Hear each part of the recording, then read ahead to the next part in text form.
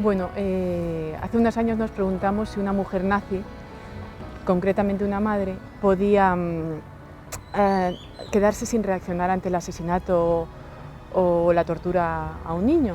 A partir de esas reflexiones que nos hicimos Enrique y yo, decidimos dar vida a Ingrid, que es la protagonista del libro, y decidimos dar vida a esta mujer en primera persona también, para que el lector precisamente se pueda meter en su piel, en su mente, y conocer cuál es el origen que lleva a odiar hasta el punto de cegarte, de no reaccionar ante las injusticias o el horror que se vivió durante el Holocausto. Insistimos en que está narrado en primera persona porque es un personaje que evoluciona a lo largo de la novela. No podemos revelar del todo hacia dónde va ella, pero sí que hay una transformación psicológica cuando ella se pone cara a cara con el horror. No es lo mismo vivirlo desde Alemania a miles de kilómetros que estar en el mismo Cracovia, donde cerquita tiene Auschwitz.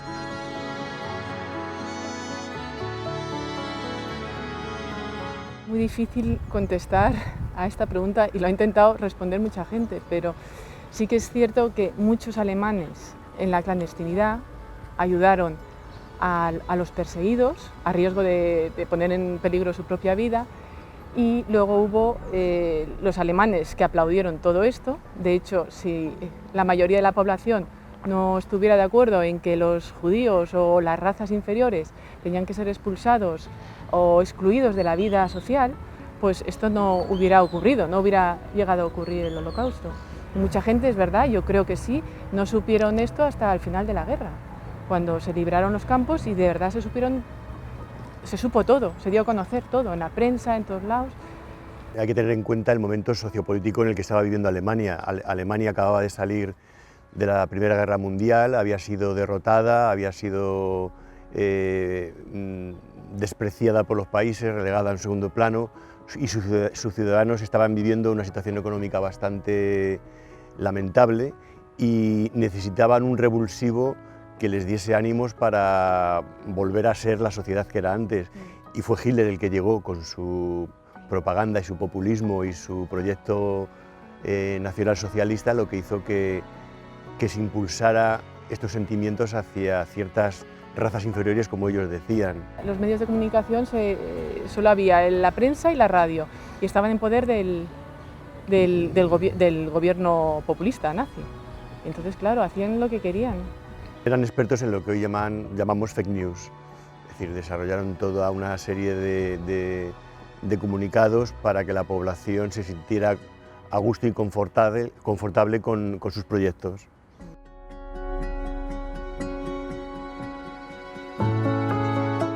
Yo creo que hay una palabra clave que es el odio. Es decir, el odio es un sentimiento negativo, muy poderoso, muy peligroso, que es muy fácil penetrar en nosotros, crecer y desarrollarse. Y luego es complicado cortarlo. Entonces, le pasó a mucha gente de la sociedad alemana. Los dirigentes, como habíamos dicho anteriormente, culpabilizaban a ciertos miembros de la sociedad como responsables de las desgracias que estaban sufriendo. Fueron los judíos en su caso, y esto estaba dentro de un gran programa de eugenesia para la población, que supieron venderlo muy bien a los ciudadanos alemanes. ¿Qué consiguen con el odio? Pues consiguen, porque el odio no es lo contrario del amor, lo contrario del amor es la indiferencia. El odio lo que consigues es deshumanizar a la persona que tienes enfrente, o a la etnia o al objeto, a las personas contra las que te diriges. Entonces ellos consiguieron que la gente vieran como cosas, aunque ahora cueste decirlo y sea muy difícil en el siglo XXI asumir esto, que viesen a una parte de la población como una cosa, como un objeto, algo que lo puedes destruir como una estatua, un jarrón, y no pasa nada. Porque no es un ser, no es una criatura, con emociones. Y ahí entra la parte de la empatía, es decir, una distorsión de la empatía, porque tú puedes empatizar de una forma con las personas, es decir, la empatía lo que haces es que tú sientes los sentimientos de otra persona, pero lo que hicieron los seguidores del régimen nacionalsocialista es que su empatía era alegrarse de la situación del prójimo, de la persona con la que atacaban, y de esa manera se puede explicar que tú pudieras llevar a miles de personas en trenes, llevarlos a un sitio donde los gaseabas sin ningún remordimiento y luego los quemabas como los convertías en cenizas. Sí, expulsarlos de las viviendas, quitarles todo, patearlos y que fuera aplaudido. En la novela hemos investigado bastante sobre las raíces del odio a nivel neurológico y es curioso ver cómo, a diferencia de otros sentimientos, como puede ser o estado de ánimo, la tristeza, que sí hay unas rutas neurológicas y unos neurotransmisores asociados a ello, incluso cuando tú haces resonancias magnéticas funcionales en las que tú ves el cerebro cómo reacciona ante determinadas situaciones, en el odio no es así, está todo diseminado por el cerebro. Mientras que en otras emociones, como es el amor, el cerebro entra en un estado como digamos de irracionalidad, ¿no? Cuando estamos enamorados decimos que estamos alelados, tontos.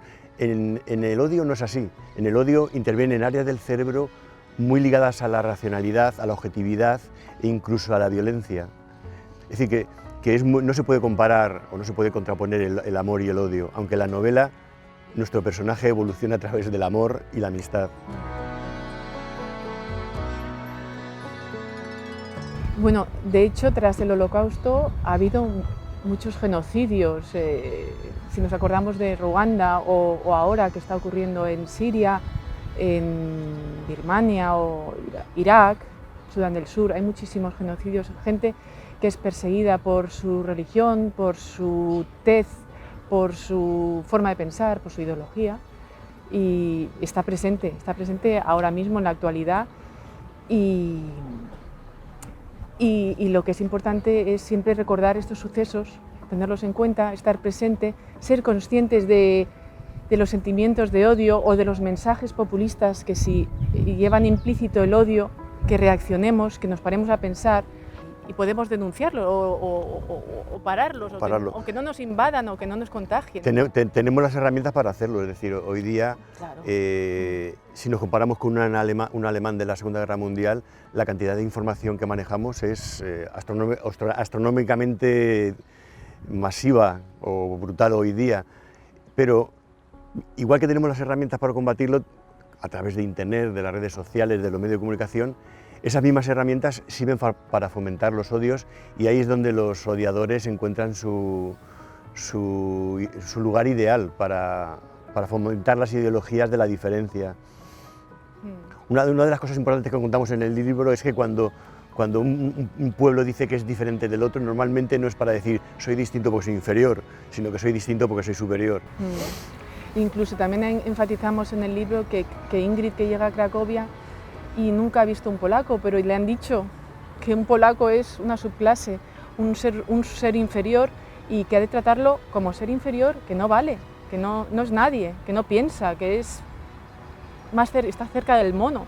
Y entonces, y ella no ha conocido nunca a un polaco y por primera vez conoce a los polacos allí. Es el fenómeno de la humanización para combatir el odio.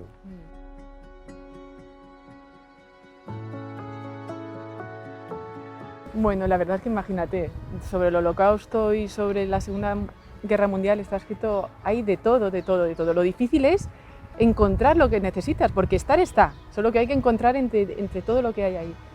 Y no perderte, porque todo es muy interesante y al final pierdes el objetivo, te desvías y al final acabas yéndote por los cerros de Úbeda, pero eso fue complicado, y complicado fue también encontrar, como teníamos que situar la novela en Cracovia, encontrar documentación en un idioma accesible para nosotros, que no fuera polaco. Y al final tuvimos que hacer muchos viajes precisamente para poder estar in situ y recabar la información in situ. Y lo más complicado fue, desde luego, leer los testimonios de las víctimas, de todo el horror, el sufrimiento, o sea, se pasa mal, noches sin dormir, son imágenes horribles, bueno, eso es. Sobre todo porque al escribir la novela, los dos nos tuvimos que poner en el pellejo de un nazi, de una persona intolerante, de una persona que odia irracionalmente, porque Ingrid está odiando a gente que no ha visto en su vida, no la conoce de nada.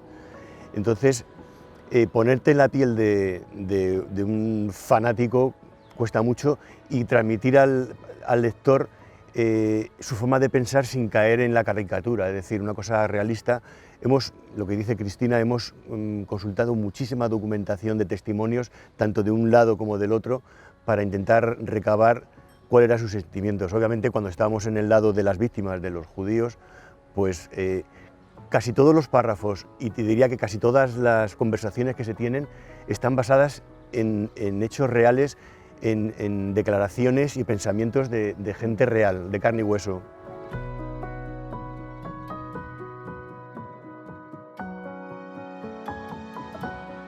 Personalmente creo que se debe a que es un comportamiento humano tan aberrante, es decir, lo que hicieron los alemanes en el Holocausto, la forma de tratar a otros semejantes, que yo creo que la gente quiere saber por qué ocurre eso, por qué llegamos a ese estado de depravación moral y ética para coger a un niño, a un anciano, a una persona inocente, destruirlo y no reaccionar ante ello. Es decir, la gente que estaba a cargo de estas masacres, según testimonios de ellos y de gente que convivían con ellos, podían hacer un clic, es decir, podían estar gaseando gente y luego tranquilamente estar besando a sus hijos y acariciando a su perro. Es decir, cuesta entender ese tipo de conducta. ¿Quieres conocer esos mecanismos que dices, no quiero verlos dentro de mí? ¿Por qué esa persona lo hizo? Yo no lo voy a hacer, pero tengo que entender cómo llegó esa persona a eso, ¿no? Sí, uno de los objetivos del libro es que el lector vea que si tiene odios internos, que los analice y que vea si realmente esos odios son racionales. Obviamente yo puedo odiar a una persona que me ha hecho un mal directo grave, pero odiar a una persona que está a 2000 kilómetros o un pueblo entero, que no has tenido a lo mejor contacto en tu vida con él, y odiarlo a muerte. Nadie es inmune al odio, nadie. No hay que descuidarse, hay que vigilar, estar atentos.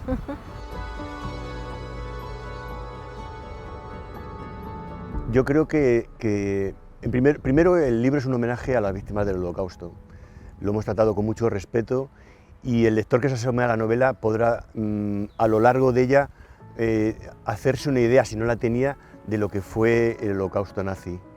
Porque la novela está llena de momentos y de pinceladas de conductas, comportamientos, desde lo que eran el robar obras de arte a la confiscación de bienes, el asesinato, el crimen, la ejecución de toda la capa social dominante polaca, en este caso de Cracovia, cómo la erradicaron, el miedo que desde el Estado puede generar en la población. La gente en Cracovia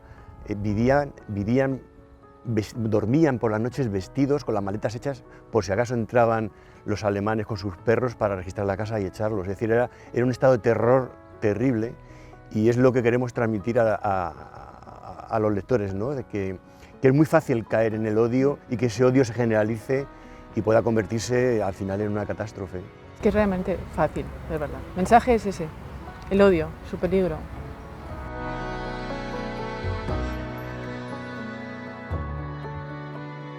Yo me siento mucho más cerca de las personas que sufrieron el Holocausto.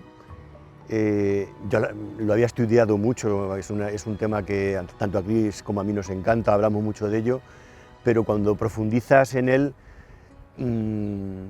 te hace ser mucho más sensible ante conductas racistas, xenófobas y contra los fanatismos. Sí, estoy de acuerdo con él. Ha sido una experiencia maravillosa, estoy muy contenta porque siempre he sentido mucha empatía por esas personas que sufrieron. Es que fueron tantas personas, tanta gente que murió de forma injusta, les arrebataron la vida, les arrebataron todo, sus familiares, sus padres, niños que quedaron huérfanos. En fin, es una historia muy trágica.